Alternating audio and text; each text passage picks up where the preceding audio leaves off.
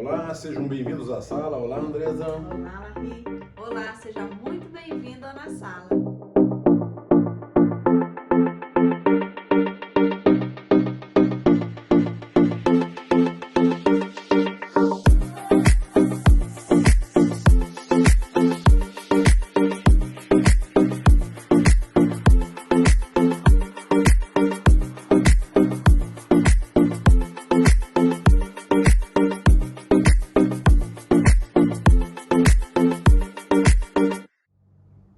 Estamos de volta aqui depois de um mês aí sem colocar nenhum vídeo aqui dos nossos estudos. Já estávamos com saudade. Ficamos um mês sem gravar vídeo, mas não sem estudar a palavra de Deus. E o desejo do nosso coração é que você tenha feito o mesmo, que você tenha continuado aí no buscar o conhecimento de Deus através da palavra. Sabe, Larry, uma coisa muito interessante, né? Que a palavra de Deus, ela diz que nós precisamos ter a nossa mente transformada, né? Transformai-vos pela renovação da vossa mente. Como nós teremos a nossa mente transformada? Através do conhecimento da palavra de Deus, através do conhecimento do que é a vontade de Deus para nós, do que são os princípios, os valores de Deus para a nossa vida. Então, se nós não nos atentarmos que nós realmente precisamos, através da busca, da leitura da palavra de Deus, da oração, da comunhão com os irmãos, né? Da nossa intimidade com o Pai, nós não teremos a nossa mente transformada. É verdade. Né? Não vai, a metanoia que tanto se fala não vai acontecer, porque para você mudar, você precisa ter uma outra direção, você precisa ter um outro paradigma, uma outra forma de ver. E sem que você conheça a palavra de Deus, a sua mente não vai ser transformada. E aí o seu processo, como a gente vem falando aqui desde o início do livro de Atos, né? O seu processo de santificação vai ficar meio devendo, vai ficar estagnado ali, né? Aliás, eu acho que como filho de Deus, a gente não fica estagnado jamais. Ou a gente prossegue para o alvo, como diz Paulo, ou a gente caminha para trás. Verdade. Né? Que bom podermos estar aqui de novo, mais uma vez com vocês, podendo aprender. E a gente, né, Andresa, quando a gente se prepara para poder falar com vocês, nós estamos aprendendo. Nós estamos crescendo cada dia mais na palavra do Senhor. Sim. E isso é uma bênção, tanto para nós como para vocês, e que seja para todos, né? Para todos aqueles que vão ouvir e que vão prestar um pouquinho de atenção naquilo que Deus tem falado com a gente também, né, André? A riqueza do que o Senhor tem nos ensinado, né? Tudo aquilo que Deus tem transformado na nossa vida a partir da sua palavra. A partir dessa palavra. Amém? Exatamente. Amém. Então, assim, vamos dar uma recapitulada aí do que a gente viu ali antes desse períodozinho aí de férias, vamos dizer assim. Nós então tínhamos iniciado ali o livro de Atos, nós estamos vendo os primeiros passos da igreja, né? Como a igreja começou, como ela cresceu, como ela foi sendo edificada, né, Larry? A gente viu ali a importância, né? A igreja do Senhor, ela não caminha sem o Espírito Santo. Nós dependemos do Espírito Santo, por isso a ordem de Jesus, aquelas pessoas ali naquele momento que ficassem aguardando até a descida do Espírito Santo. E a gente viu tudo o que aconteceu ali naquela época, na ocasião da festa de Pentecostes, aquele derramar do Espírito Santo, as manifestações que ocorreram, a mudança, né? Aquilo que a gente estava falando, a transformação da vida daquelas pessoas, né? Aqueles 120 que obedeceram ali a ordem do Senhor Jesus e aguardaram pelo derramar do Espírito Santo, a ousadia daquele Pedro que muitas vezes não entendia nada que Jesus estava falando, não entendia o propósito do que Jesus estava falando. Agora ele falava com autoridade, ele falava com poder, e de um dia para o outro, nem um dia, né? De um momento para o outro, aquela igreja de 120 pessoas, ela passa para mais de 3.000 pessoas. E depois, numa segunda pregação de Pedro ali, ela vai para 5.000 pessoas. Então, era assim um crescimento muito grande, muito rápido. Por quê? Porque era alguém eloquente falando, era alguém famoso falando, não, era um homem aos pés do Senhor, cheio do Espírito Santo de Deus. É isso que faz a diferença na nossa vida, é isso que faz a diferença na ministração da palavra de Deus, né? Sermos cheios do Espírito Santo de Deus. Tudo corria bem, tudo estava fácil? Não, nós vimos ali, né, que era um momento muito difícil para aquelas pessoas, era o lugar onde eles menos deveriam estar, né, era extremamente perigoso estarem ali naquele lugar. Depois nós vimos ali a primeira perseguição, vamos dizer assim, que essa igreja sofre quando o Sinédrio, né, aquelas pessoas ali que eram os líderes religiosos da época, prendem a Pedro e João, a ameaça que eles sofrem, né, da ordem que eles deram, que eles não mais falassem a respeito de Jesus, não mais falassem da palavra de Deus como eles estavam falando, mas a ousadia que eles permaneceram, né? Pedro basicamente disse a eles, não, nós não vamos te obedecer, não, né? vamos nos calar. Não vamos nos calar, vamos continuar fazendo aquilo que Jesus nos comissionou para isso. E dessa maneira a igreja vem crescendo, e a gente viu ali que diante das dificuldades, aquela igreja se reúne, aquela igreja entra em oração, não para que as dificuldades cessem, para que eles fiquem mais confortáveis, para que eles fiquem mais felizes, não, mas para que eles pudessem continuar a fazer aquilo que havia sido deixado por Jesus para que eles fizessem. Isso tem que estar no nosso coração, né? A gente falou na ocasião, né, de como muitas vezes a gente vai até o Senhor em momentos de dificuldades, em momentos de dor, em momentos de angústia, querendo que o Senhor tire de nós aquela situação, nos livre daquela situação, acabe com aquele problema. Quando a gente deve realmente nos voltarmos para o Senhor e perguntar como eu devo me mover nessa situação que nós, sendo conhecedores da soberania de Deus, nós precisamos entender que sim, foi o Senhor que trouxe essa situação, por mais ruim que ela esteja sendo, foi o Senhor que trouxe essa situação até nós, é Ele que apresenta todas as situações diante de nós. Então nós temos que perguntar como nos mover, como devem ser as nossas atitudes, para que aquilo que é a nossa missão aqui, em tudo glorificar a Deus, para que a nossa vida glorifique a Deus, a nossa atitude frente às situações difíceis da vida também glorifiquem a Deus. Tudo, exatamente tudo que a gente faz é para glorificar a Deus. Foi isso que Paulo disse aos Coríntios, né?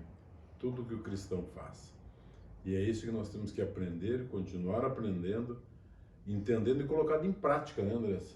Porque glorificar a Deus não é só entender, mas sim colocar em prática aquilo que nós aprendemos, né? Porque a palavra nos ensina e muitas vezes a gente fica escondido, né? E as pessoas nem sabem, nem conhecem a fé que a gente professa, né? Esse é o grande problema de muitos e muitos cristãos. Por isso que nós temos que entender, aprendendo, conhecendo cada dia mais. Como disse a Andressa, se nós estudarmos, se nós aprendermos, não tem para ninguém, né, Andressa? Não tem para ninguém. É o Espírito Santo agindo em nós e tenho certeza que Deus vai abrindo todos os caminhos. Exatamente. Né? E é exatamente isso que o Pedro fez. E nós podemos entender agora o que vai estar acontecendo, né? Nós estamos chegando aqui no Atos 5, né? E preparem aí os papéis e vamos começar. Vamos seguir a nossa leitura. Antes da gente entrar na leitura do capítulo 5, a gente vai ler um pouquinho aqui o finalzinho do capítulo 4 para a gente entender melhor toda essa situação que vai acontecer aqui agora, né? Então, já acabou de acontecer ali, né? Pedro e João foram presos, depois no dia seguinte eles foram soltos, houve toda aquela opressão, aquela tentativa de calar eles, a igreja se reúne, a igreja ora e prossegue. E aí nós vamos dar continuidade aqui lendo o verso 32 do capítulo 4. Capítulo 4. Eu vou ler aqui pra gente então esses versos finais do 4, daí a gente Pode comenta com ele, né? Então vamos lá. 32 então. Da multidão dos que creram era o coração e a alma. Ninguém considerava exclusivamente seu nenhuma das coisas que possuía. Tudo, porém, lhes era comum. Com grande poder, os apóstolos davam testemunho da ressurreição do Senhor Jesus, e em todos eles havia abundante graça. Não havia nenhum necessitado entre eles, porque os que possuíam terras ou casas, vendendo-as, traziam os valores correspondentes, e os depositavam aos pés dos apóstolos. Então se distribuía cada um conforme a sua necessidade. Então José, a quem os apóstolos chamavam de Barnabé, que quer dizer filho da consolação, um levita natural de Chipre, vendeu um campo que possuía e trouxe dinheiro e o depositou aos pés dos apóstolos. Olha só o que está acontecendo aqui então, né, para a gente ganhar um contexto aqui. Nesse momento do início aqui da igreja de Jesus, todas as atribuições da igreja, elas eram de responsabilidade dos apóstolos. Quando a gente fala atribuições, todos aqueles cuidados, né, com o lugar, com o preparar o vinho da ceia, o cuidar de onde fica aquilo, como faz, tal, tudo isso era de responsabilidade exclusiva dos apóstolos. Inclusive, as questões financeiras, das necessidades das pessoas. E é por isso que Barnabé vai ter essa atitude, que outras pessoas aqui, como a gente viu, não foi só Barnabé que fez isso, outras pessoas tinham essa atitude de dividir isso, de compartilhar com quem. Por quê? O que acontecia? Nesse momento da história, vocês se lembram que lá no comecinho do Atos, tudo começou ali naquela festa de Pentecostes que estava acontecendo. Judeus de todo o Império Romano, que estavam espalhados por todo o Império Romano, eles estavam ali em Jerusalém para essa festa. E só ali mais de 3 mil pessoas, né? Porque a gente não pode esquecer que esses quase 3 mil que Lucas fala ali, eram só homens. Mulheres e crianças não estavam contadas ali. Então, a gente pode dizer que mais de 3 mil pessoas foram convertidas, e muitas dessas pessoas, elas ficaram em Jerusalém. Elas começaram a viver em Jerusalém. Mas aí, como é que essas pessoas, elas iam se sustentar? Como é que essas pessoas iam comer? Como é que essas pessoas iam viver? Então, as pessoas, os que já eram ali do lugar, que moravam em Jerusalém, eles tomaram para si essa responsabilidade. Como filhos de Deus, como a gente sempre fala aqui, a gente tem que assumir essa responsabilidade de filho de Deus. E eles assumiram essa responsabilidade de cuidar dessas pessoas, né? De ajudar no sustento. Por isso que o texto fala ali que eles não tinham necessidade, porque partilhavam, um comia na casa do outro, né? Eles estavam sempre dividindo todas as coisas. Então, esse foi o começo e essa foi a motivação. Não existia, por exemplo, lá muitas pessoas às vezes pensam assim, eu já ouvi muitas vezes isso, essas pessoas, elas estavam ali dividindo tudo, partilhando tudo, porque pensa comigo, né? Jesus foi crucificado, 3 dias ele ressuscitou, estava ali com ele de novo, aí ele foi, disse que logo volta, mês que vem ele está aí. No muito final do mês ele está chegando aí de volta. Muitas pessoas, eu já ouvi falar isso, é por isso que essas pessoas estavam com esse desprendimento de venderem as suas coisas para ajudar o outro, porque eles acreditavam que loguinho Jesus estava aí de volta. Mas não, nós estamos vendo aqui, nós estamos aprendendo o que é a igreja de Jesus. Eu não creio nisso. Sim. Nós estamos falando aqui de um verdadeiro avivamento. Né? A transformação do coração dessas pessoas, essa necessidade de ajudar, de partilhar. E o entendimento deles, né, Andressa, que não era os bens que era importante, que a dependência deles realmente era o Senhor, não é verdade? A transformação que essas pessoas sofreram. A transformação, né, que essas pessoas faziam, ao ponto de vender sua casa, vender suas terras, né, e colocar nos pés dos apóstolos. É um simples entendimento. Bom, eu não preciso disso, né? Eu não preciso disso. Na verdade... Aquilo que eu tenho não é só para mim. Exatamente, é para todos, né? E eles trocavam, viviam, tá aí, tanto é que o texto diz que eles não passavam necessidade alguma, né? Sim. E aí depois, lá no 36, ele relata que um dos... José, né? Que era apóstolo, né? José, quando nominado pelos apóstolos como Barnabé, né? Que o José... O nome dele José, mas os apóstolos mudaram o nome dele. Chamavam ele de Barnabé, né?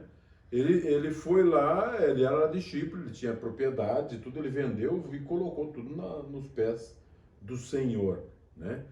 Na verdade, assim, não é aqui, eu não quero dizer aqui que você tem que vender tudo, que tem que colocar, não tem nada a ver com isso, né? Mas aqui mostra para nós que esse povo, eles não estavam apegados às coisas, né? Eles eles sabiam da real importância da dependência deles do Senhor. Essa é a grande verdade. A presença Por isso que é do muito Espírito Santo lá na nossa vida, ela não é manifesta ou visualizada simplesmente por uma manifestação de poder, como a gente viu acontecer aqui no livro de Atos, né? Mas ela também é manifesta na evidência de alguém cheio do Espírito Santo, que é comandado pelo Espírito Santo de Deus. É isso também, é esse cuidado com o outro, né? Essa preocupação com o próximo. E não só aqui no quadro, mas como lá em Atos 2 também, de 44 a 47, também fala disso. Quer dizer, eles vinham já, sabe, entregando tranquilidade, eles não tinham, sabe, eles não se preocupavam com isso realmente, né? E eles sabiam que a importância de dividir e a importância que todos os irmãos estivessem bem, né? E como é importante você ter isso no seu coração, né? Porque se a gente olhar, muitas vezes, o nosso bolso, o bolso do ser humano, é o órgão mais sensível, que ele tem. E assim, quando você vê esse tipo de atitude, você olha, poxa, se essa pessoa está com o bolso convertido, com certeza o seu coração está convertido também. Nem sempre o contrário é verdadeiro, porque às vezes nós vemos pessoas muito dispostas, que trabalham muito na obra do Senhor, que fazem, mas a hora que fala de dinheiro, a hora que fala de pôr a mão no bolso, aí a coisa pega. Daí a gente vê que tem alguma coisinha ali que ainda não foi, né? Exatamente. E é muito importante a gente compreender o que aconteceu um pouquinho para trás, para a gente poder entender o Atos 5 agora. Sim. Né? Sim. Para a gente poder entender, a gente tem que entender que eles estavam totalmente tranquilos da dependência do Senhor, né? Seguramente o Espírito Santo colocando no coração deles, né? A disponibilidade que aquilo não era deles realmente, sim, né? E para a gente poder entender, né? O que vai passar daqui para frente, né, André? Interessante também a gente falar que Lucas vai introduzir o Barnabé agora na história e é isso que a gente está falando, né? De uma transformação na nossa vida. A gente vai entender que depois esse Barnabé, essa pessoa que abriu mão daquilo que tinha ali em prol dos outros, né, para acudir à necessidade de outras pessoas ali, ele vai ser a pessoa que daqui um tempo, mais para frente aqui em Atos, no livro de Atos mesmo, ele vai ser a pessoa que Deus vai usar para ir buscar Paulo, que teve seus problemas ali no início da sua conversão e teve que voltar para casa, teve que voltar para sua terra natal. Ele vai ser essa pessoa que vai lá, vai pegar Paulo, vai apresentar ele aos líderes da igreja, vai incentivar Paulo no seu ministério, ele vai com Paulo na sua primeira viagem missionária. Então a gente vai ver todo o apoio que Barnabé dá para Paulo e para as outras pessoas. A gente vai ver Barnabé depois apoiando, né, cuidando ali de João Marcos num determinado momento, quando Paulo, a gente vai ver isso com mais detalhes lá para frente, quando Paulo decide, teve um desentendimento ali entre eles, e Paulo decide que João Marcos não vai seguir na caminhada com ele. Barnabé se preocupa com aquela vida, não abandona ele.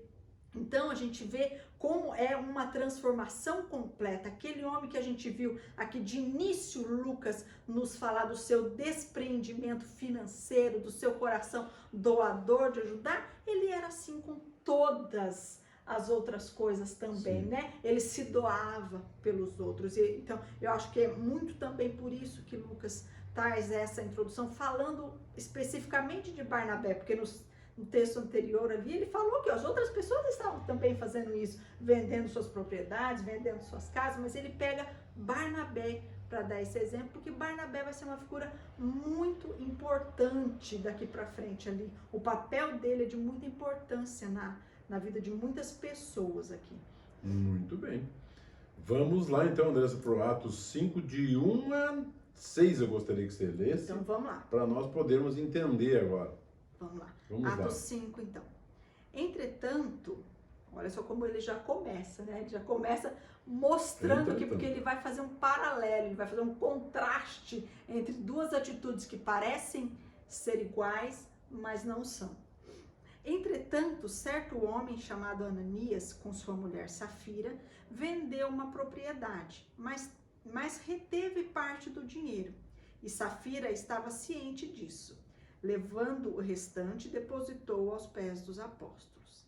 Então Pedro disse: Ananias, por que você permitiu que Satanás enchesse o seu coração para que você mentisse ao Espírito Santo, retendo parte do valor do campo?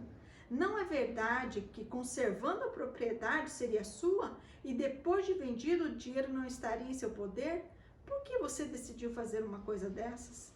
Você não mentiu para homens, mas para Deus. Ouvindo essas palavras, Ananias caiu morto e sobreveio grande temor a todos os que souberam do que tinha acontecido. Meu Deus. Essa história, gente, é conhecida eu acho que a maioria dos cristãos conhece, né? É uma história onde o rapaz vai lá, vende suas terras. Nós vimos um pouquinho agora falando sobre o que acontecia com os cristãos, né? E aí, algumas pessoas estavam fazendo isso, né? Exatamente. E agora passa a ter um problema, né? Não é que seja um problema, mas aconteceu uma coisa muito séria, né? Ele guardou uma parte daquilo que ele tinha vendido. Vendeu a propriedade lá por 100, guardou uns 30 e deu 70 lá para os apóstolos. Qual é o problema nisso? O próprio texto fala que não há problema nenhum em relação a isso. O problema não é o que ele ter separado essa porcentagem para ele. Esse não é o problema. Não é o problema do texto. Pedro fala, mas você não precisava nem ter vendido. Exatamente. E se vendesse, né? Ficava com você o dinheiro. Mas o problema é o que é, por que ele foi fazer isso, né? Esse é um dos grandes problemas que nos assola hoje nas nossas casas, nas nossas igrejas, no nosso trabalho. Gente, por que nós tomamos algumas atitudes na nossa vida? Por quê? Por que muitas vezes nós queremos aparecer para os outros, por exemplo? Ele tinha visto lá o Barnabé, logo em seguida, Barnabé veio lá, colocou você, né? Então, Andressa, quantas vezes, né? Isso, né? Uma consagração a Deus, Andressa, ela é aceitável quando não existe hipocrisia. Entende? E muitas vezes, gente, eu já fui hipócrita, Andressa, de levar alguma coisa, sabe? De dar alguma coisa, de ajudar com alguma coisa e depois eu pensando comigo, não falando, mas eu pensando comigo, eu ajudei. Pronto. Entendeu? Isso é hipocrisia. O Espírito Santo, quando ele coloca nos nossos corações, quando ele coloca o nosso desejo de levar, de dar, de doar, de entregar, de consagrar alguma coisa ao Senhor, isso é uma coisa pura, é uma coisa limpa, não é uma coisa para vir holofotes para mim, não é alguma coisa para que as pessoas estejam vendo, o Larry fez isso, o Larry fez aquilo. Não. Sim. Essa é a grande diferença nesse texto, Andressa, sabe? O problema não foi esse, o próprio Paulo falou. Ele poderia, o Pedro, perdão, eu me confundo com o Pedro e o Paulo. Ele mesmo falou. E nós fazemos, Andressa, é impressionante como a gente gosta de ter glórias pra gente, prestígio pra gente. Se você reparar o que acontece hoje, sabe? Das coisas que a gente faz, eu fiz tal coisa, eu mostro, né? Eu fiz tal coisa para as pessoas. Gente, é isso que o texto está falando. Para Deus não é assim. Não serve para Deus essas coisas com... olha só o que significa hipocrisia. Só para vocês entenderem. A palavra hipócrita deriva de uma palavra grega que significa ator. Ator. Meu Deus. Hipócrita é alguém que finge ser algo que não é. Mas para que ele finge ser algo que ele não é? Para ele receber um reconhecimento e sair lucrando com aquilo. Olha só, né? A hipocrisia é uma consequência logo atrás do orgulho, sabe? A pessoa, quando ela tem um orgulho, ela quer mostrar, ela quer fazer, ela passa a ser uma pessoa hipócrita. E quantas vezes, se você parar para pensar, se você fechar os teus olhinhos e começar a notar, desde uma ação que você fez, desde uma ajuda, desde uma palavra que você foi levar para um irmão, sabe? Ah, fui eu, o Larrei, que levou a palavra para o irmão, e agora o irmão está, sabe? Andresa, é impressionante, é no dia a dia, é em todos os momentos. E hoje em sabe? dia, Larry, como a gente às vezes mascara essa hipocrisia, né? Às vezes a gente, por exemplo, assim, cuide por exemplo, se as fotinhos que você coloca no Instagram daquilo que você está fazendo para Deus, qual é a intenção do seu coração com isso? O que você está querendo promover. Com isso? Né? A gente tem que sondar o nosso coração. A palavra de Deus diz que o nosso coração ele é mau, ele é perverso, ele é totalmente inclinado para o mal. Qual é a intenção nisso? Qual é a verdadeira intenção? Porque às vezes a gente se engana a nós mesmos, né? A gente acha que a gente está fazendo aquilo. Não. Som do seu coração. Peça para o Espírito Santo de Deus som do seu coração. Exatamente. Depois que quando eu li essa passagem, sabe, eu estava num hotel, estava viajando e o Espírito Santo começou a falar no meu coração, sabe? A falar no meu coração quantas coisas nós fazemos, eu faço, vocês fazem, pensando sempre num reconhecimento daquilo que a gente faz. Sabe? É impressionante, gente. Se coloquem cada um no seu lugar e comecem a pedir para o Espírito Santo mostrar para vocês, sabe?